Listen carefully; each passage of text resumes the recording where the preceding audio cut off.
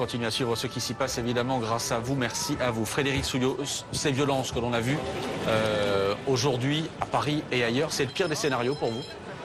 Ben, c'est ce que nous avions déjà dit, écrit dans des communiqués intersyndicaux qui cherchent le chaos. On cautionne aucune violence.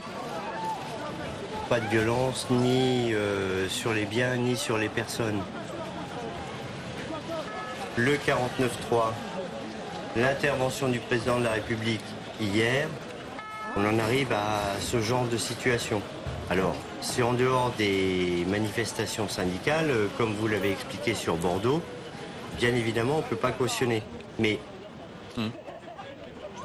les attitudes méprisantes et de l'exécutif, du président de la République, ben, ça entraîne ce genre de situation. Oui. Vous comprenez cette violence?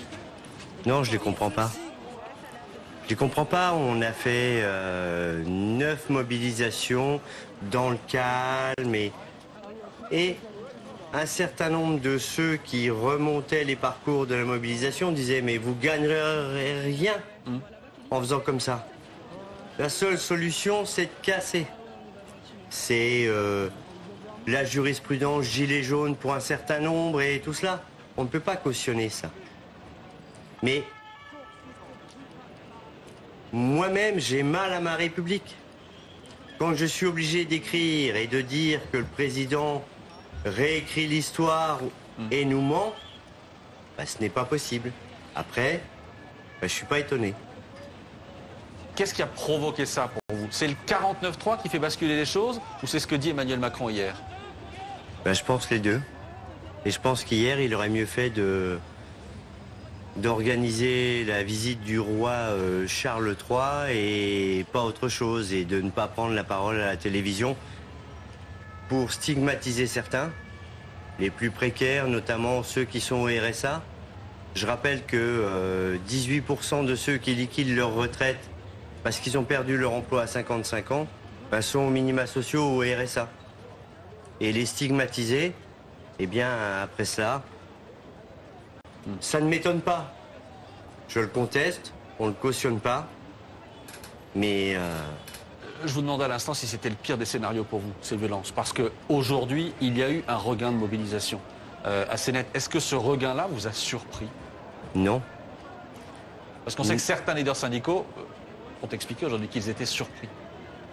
Eh bien, nous avions appelé 15, 16, 17 la semaine dernière.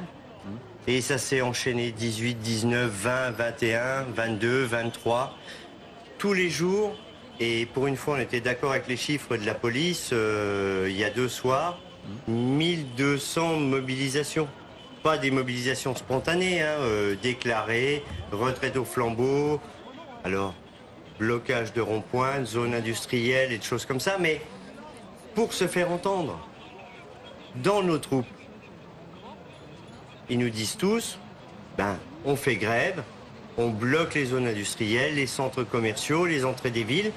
Il y a comme ça qu'ils nous entendront. Mais pardon, ça veut dire que le fait que... Et ensuite, je donnerai la parole à Natacha, mais le fait que la loi ait été adoptée, le fait qu'Emmanuel Macron dise hier que cette loi sera appliquée, sous réserve évidemment de ce que dira le Conseil constitutionnel, pour vous, ça ne change rien. Il y a eu cette journée aujourd'hui, ça ne change rien, il y aura une journée mardi prochain. Oui, ben ça ne change rien. Parce que la loi, elle était injuste et brutale. Et en plus de cela, ben pour nous, dans l'esprit, psychologiquement, elle est illégitime. Elle n'a pas été votée. Quel que soit le vote de lundi, il n'était pas pour ou contre la loi sur la réforme des retraites. Il était pour ou contre une censure au gouvernement. Pas autre chose. Ceux qui ont fait l'amalgame des deux ben, se sont trompés. Et on avait déjà préparé la mobilisation d'aujourd'hui, parce que on fait pas de politique, on fait juste de la politique syndicale. Ce qui s'est passé lundi,